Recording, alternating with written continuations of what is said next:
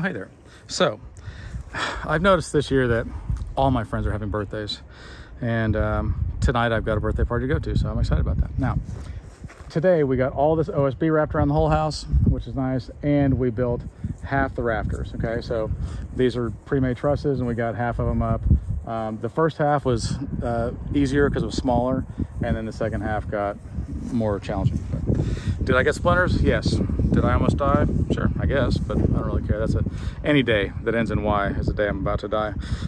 So, probably 6 or 17 times a day, somebody says to me, John, how come you have so many friends? I don't have so many friends. Are you ready? Here's why.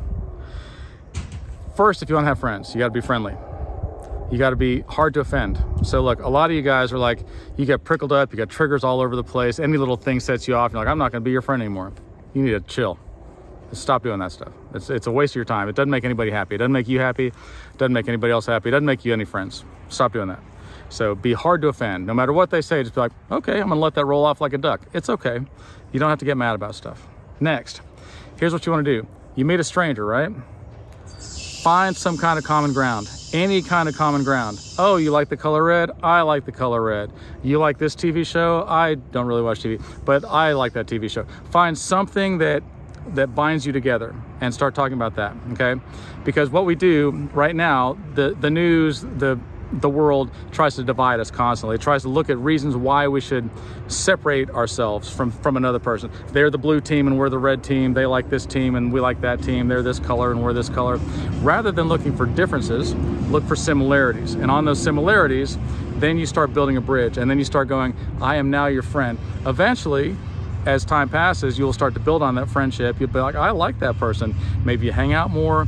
And hopefully as time passes, if there is some kind of crisis or tragedy, not that I wish that upon you, and you go through that together, you will bond for life. It's just the way that it happens. Now, sometimes people let petty differences separate them later on. Don't do that either. I see families all the time, you know, somebody dies and the family fights over trinkets. They're like, oh, I wish that I had whatever, and I can't believe that Aunt Susie took the ring or whatever dumb thing it is. Let it go. You didn't have it before, it's not yours. Let it go. Let that be hard to offend. Let that pass you by. These are all just things and they're not gonna matter in the long run. So that's my advice. You want friends, be friendly, be hard to offend, look for similarities, not for differences. I'm gonna go to a birthday party. Oh, hey there. So today, I've got to leave early because I've got to go shoot a wedding. Just to be clear, I'm not going to shoot it with a gun, I'm going to shoot it with a camera. Just to be clear also, it's only because they're friends. I don't shoot weddings, so don't ask. All right, so today we added this dormer right here and then we put decking over there, which we didn't finish it, obviously because time ran out, but it's beautiful. Now, my question for you is this. What in the world is stopping you from fully obeying God? Let me elaborate.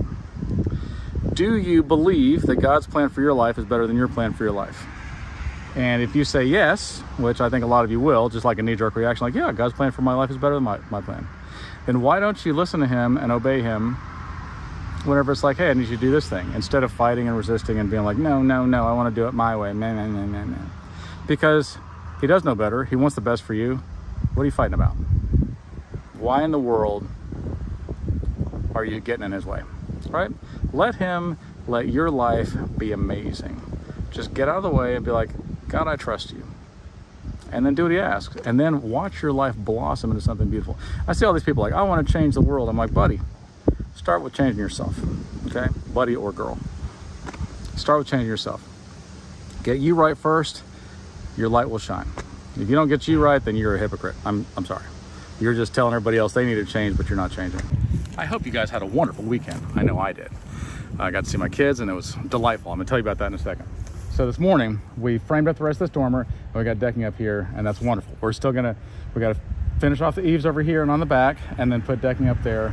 And we can't wait to see what magnificent things await. I have a pretty good prediction because it's kind of the way I planned it, but nevertheless.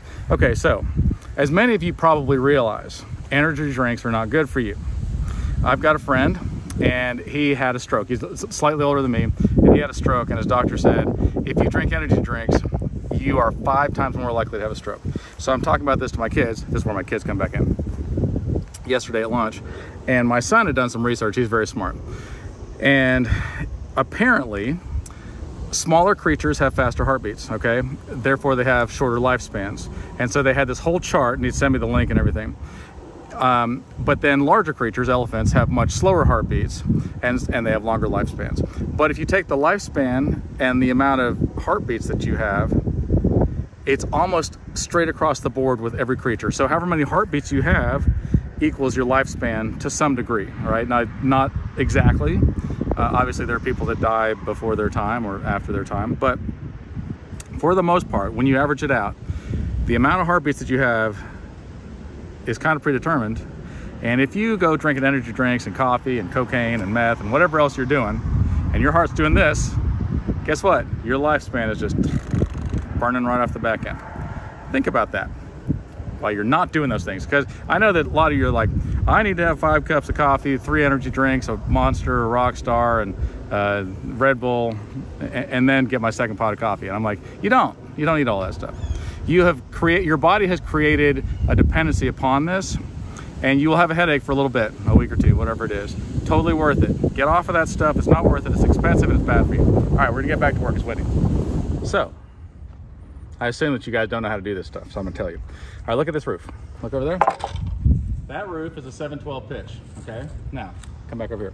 What that means is for every 12 feet, 12 inches, 12 measures of anything, you come up 7, right? So that's your pitch. If you're at a 112, it'd be much shallower. If you're a 12/12, it'd be much steeper, okay? This one is a 7/12. Now,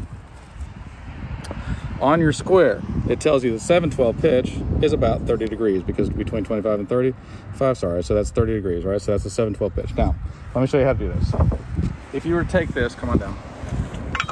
We take this and come on out. So this is your pivot point. See where it says pivot right there? Yeah.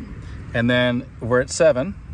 That's a 7/12 pitch, okay, which is 30 degrees. So if we mark that, that'll be all the measurements, all the angles on that whole roof are 7/12 pitch. But we've got to come up, look up there, Josh. We've got to come up on that fascia board up on the top, right, to the roof line. And so that, how do we figure that out? Come on back. So the way that we do that, okay, if you got 90 degrees, and then you subtract the 30 degrees, which would be, I'll show you, right here, okay? That would be 30 degrees on one side, but then how do we figure out, how do we come into that roof line? Because that's clearly a much steeper angle.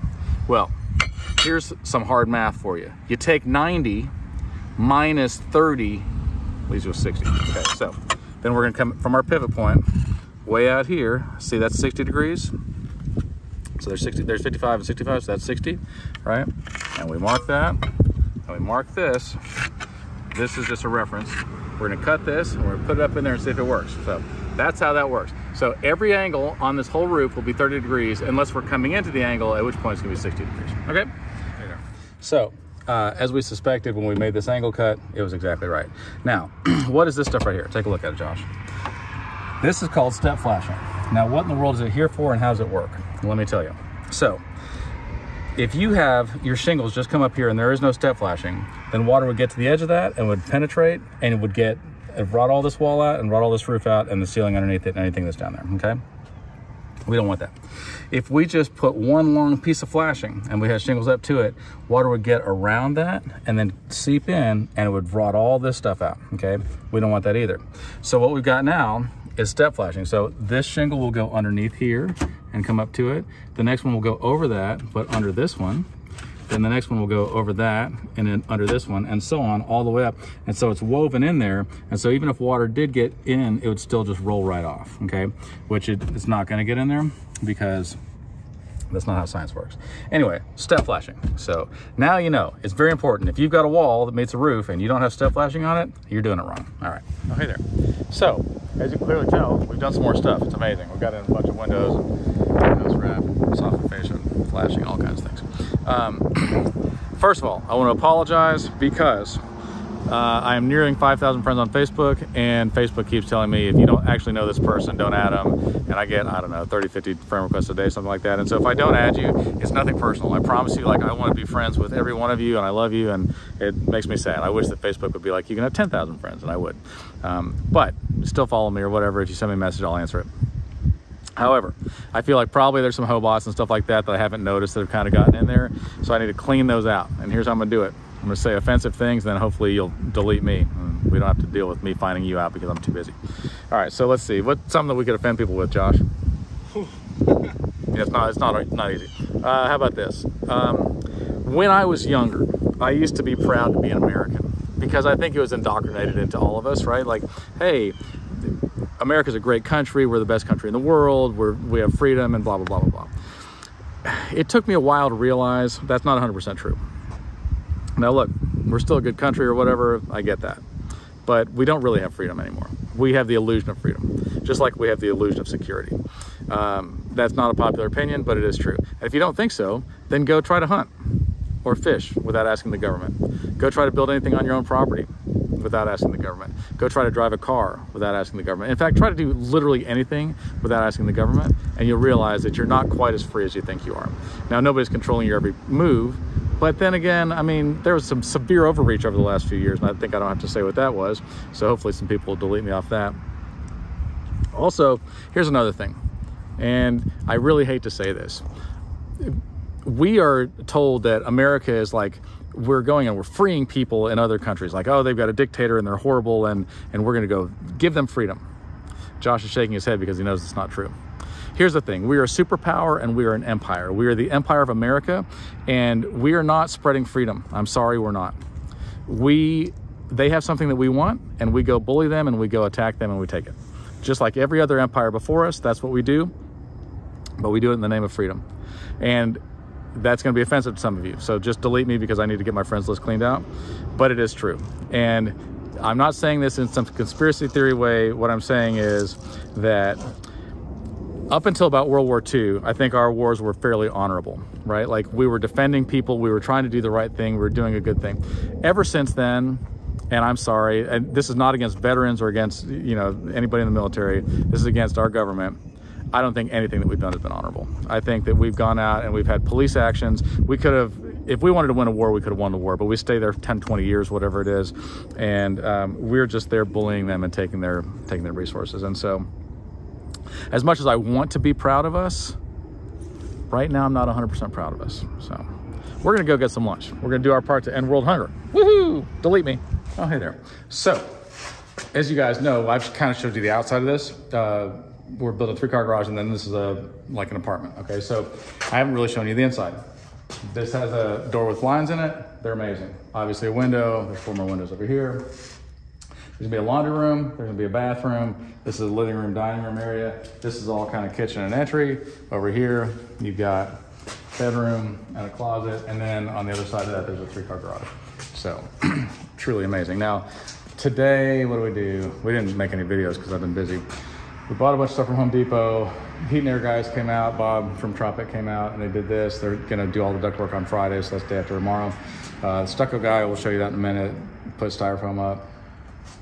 We got plumbing in everywhere, so all the vents go up through the attic and that's great, and all the PEX is done. We still have to tie it into the yard to make sure and test it and all that, but it's truly amazing. Now, a lot of people support civil rights, and I just wanna go on record by saying that I support civil wrongs.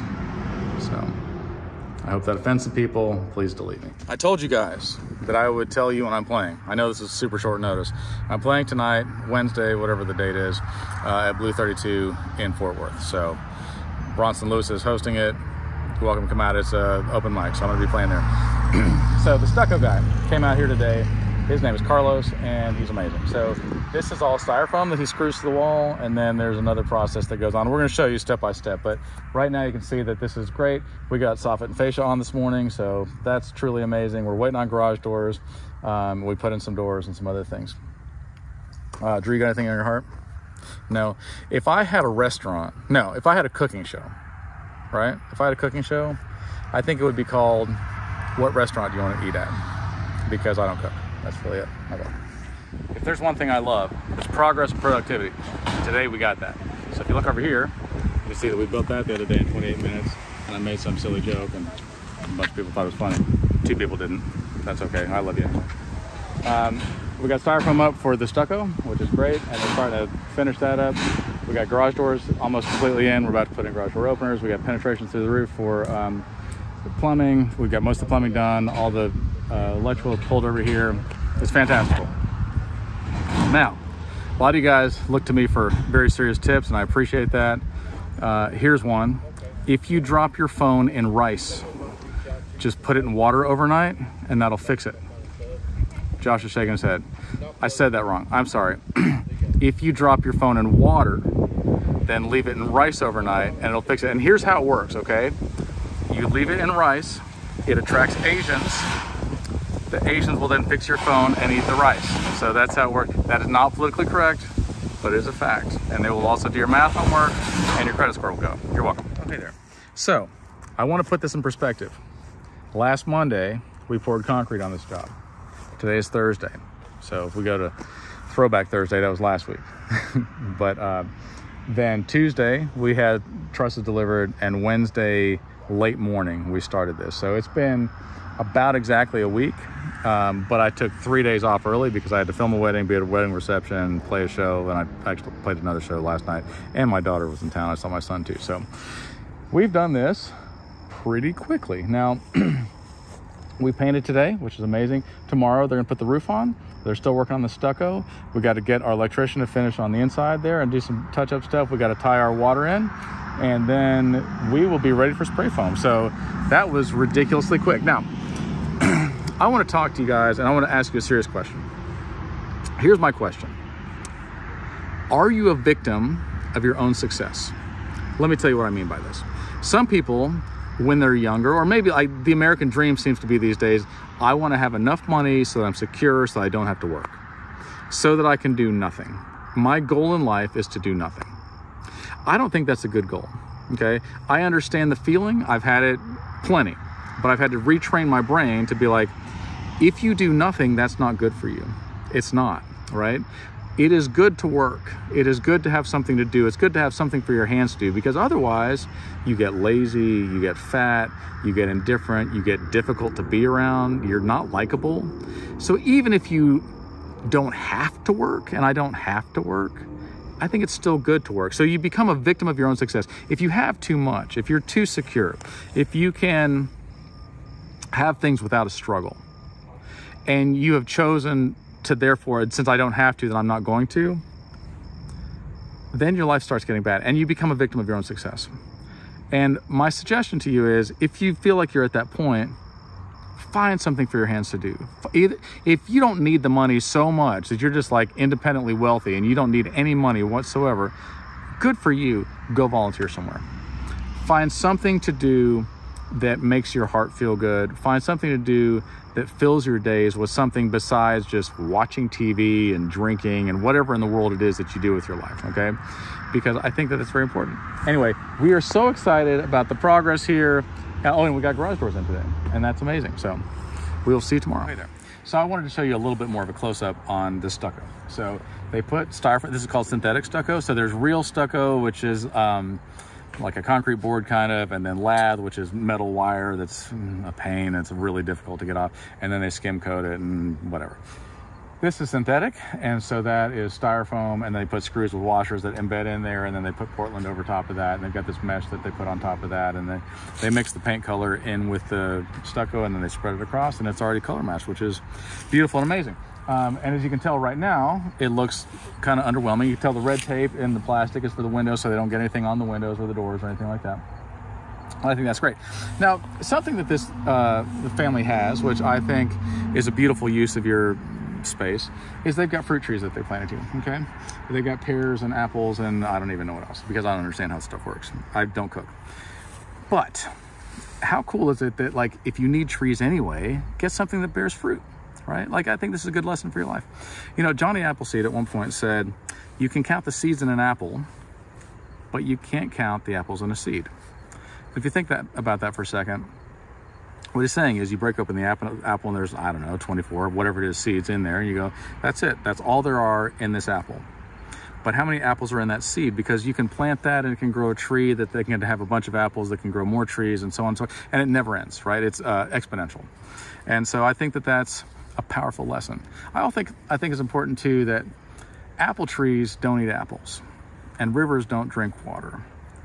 And the gifts that you have are not for you. Because if you only keep them for yourself, if God gave you a gift and you keep it to yourself and you don't share that with anybody, you become stagnant. If water is coming into a pond and then it flows out somewhere, if there's a flow of water, it will always continue to be full. Sometimes low, sometimes high, but for the most part, there's water coming in, water going out. It's alive. It's good. It's healthy. If water comes in and it doesn't go out, and you think I'm going to hoard all this water, it becomes stagnant. It's not good. If blessings come to you, you pass those blessings on. You receive with an open hand, you give with an open hand. It's very, very important that you do that. All right, we're gonna go home and eat because I'm hungry. Oh, hey there. So, we got the roof on, it's amazing. Stucco is making some progress, as you can see. Also amazing. Now, I wanna tell you guys what I think is a funny story. So, 24 years ago, I got a vasectomy, and I thought it was gonna hurt worse than it did. And so as soon as I got done, I was like, I'm gonna get back up on a roof. And I went back up on a roof and I started roofing. It was July in Texas and it was hot. And I'm like, it's not that big of a deal. I don't know why they told me I had to take the day off or whatever. And then the anesthetic wore off, and it kind of felt like, imagine if you just kind of laid down on the ground and kind of spread your legs open, and then somebody just took a bowling ball and just gently dropped it from outer space right into your crotch. It kind of felt like that, but not as good. So I'm walking around with a bag of ice on my crotch for about a week. I healed, obviously. But I had to go sign some paperwork because I was remodeling somebody's house and they had to get a loan, blah, blah, blah, whatever. So I show up at this office and I didn't want to walk in with ice on my crotch because I felt like that was unprofessional. So I just walked in, I'm like, ah. And this lady goes, what's the matter with you? I was like, I had a surgery. She goes, oh, what kind of surgery? And I'm like, it was a day surgery. She goes, oh, what kind of day surgery? And I'm like, all right, well, you asked. I got a vasectomy. And she goes, oh, that hurt your back? I'm like, no, it makes you sterile. She goes, oh,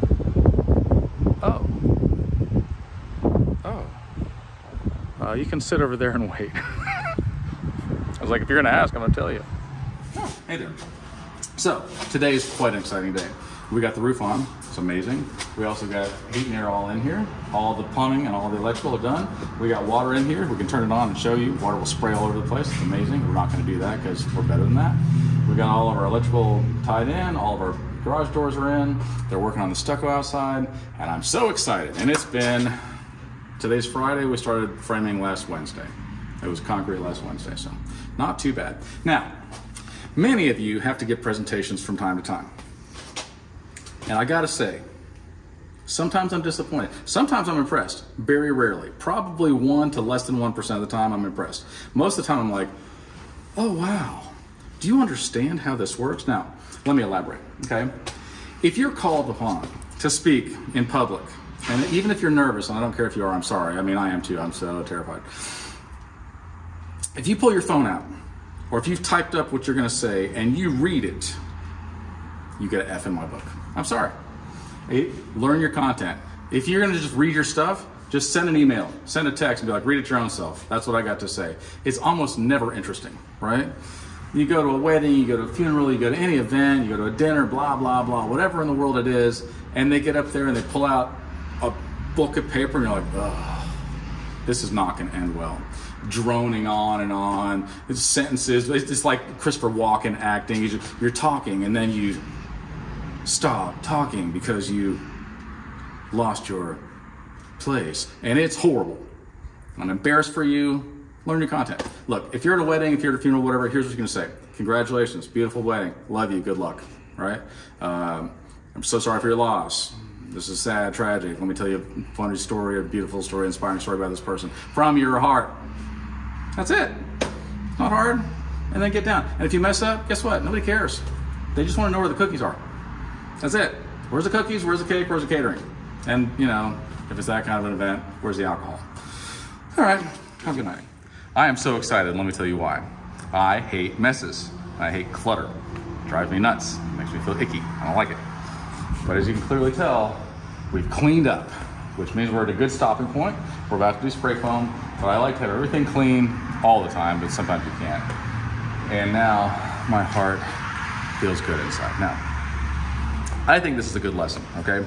The Bible talks about keeping what is sacred separate from what is common, what is holy separate from what is unholy, okay?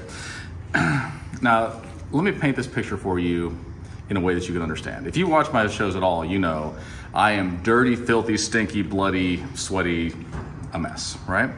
But I keep all those clothes on a whole separate side of my closet, and it's a big closet. A whole separate side of the closet after they're clean. Once I wear them one time into the laundry, its own laundry basket, so that it does not touch any of my clean clothes, ever. And I wash those, I dry them. I put them back where they belong, on the dirty side of my clean clothes, right? Because, I know, Josh, how's this look like? And that's because it sounded stupid, which I do all the time. The important thing is that I keep my dirty stuff separated from my clean stuff, because if my dirty stuff touches my clean stuff, then it's contaminated. And I don't know where. I don't know if somewhere in the middle, like yuck stuff touched clean stuff, and now I've got everything stinks. I don't want that. I stink. Full disclosure. So the same is true in your life. Keeping what is separate, what is wholly separate from what is common, right, is important to God. He's like, look, these ones are clean. Don't go back into the poo-poo. Don't do that. I've cleaned you, come out of it. Stop dwelling in this yuck. It will contaminate you again. I got to start all over. It's a big mess. I don't want that. Same thing here. I want it to be clean. It's going to get dirty again. I understand that. But then we're going to clean it again. And I want it to be as effortless as possible and as streamlined as possible. And I think that God does too. I think he looks at us and he goes, I've cleaned you. Stay away from the stupid things. And you're like, but I like the stupid things. You're like, I know. That's why you're all dirty, a filthy mess. Stay away from them. Look, I've cleaned you. Accept that and move on. What have we done? Well, I'll tell you what we've done. We have covered the floor with house wrap, Tyvek. Okay, why do we do that? Here's why. We're about to spray foam. So all the plumbing, electrical, and heating there has been done. You can see it's all done.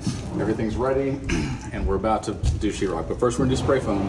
And so when they spray foam, there's this fine mist that comes over everything. Sometimes it slops down on the ground. We're gonna have stained concrete floors. We don't wanna have a bunch of yuck all over the floors. So we cover them. Then when they spray foam, nothing gets on the concrete. When they sheetrock, nothing gets on the concrete. When they tape and bend texture, nothing gets on the concrete. When I put down trim and paint everything, nothing gets on the concrete. Once I'm done with that, I cut it all out and we throw it away. So it's a very inexpensive disposable drop cloth, and it looks amazing. Now I want to give you guys some important advice, okay? And I guess people used to learn this when they were kids, and now they don't anymore because everybody gets a trophy or whatever. But let me tell you something. If you lose, do not pout, and if you win, do not gloat. Here's why. It's not pleasant to be around. Nobody likes it. Nobody likes it whenever you don't win and you throw some fit. Oh, it's not fair. It's everybody else's fault, blah, blah, blah. Calm down, bro. This can be on you too, okay? And it's not that big of a deal. Just like, sometimes you win, sometimes you lose. That's part of life. And if you win, don't gloat over everybody and tell them how much better you are, and, you know, in your face or whatever in the world, because it could have just as easily gone the other way. So be a gracious winner, be a gracious loser, because you're just a person and the game doesn't really matter that much. What matters is the relationships.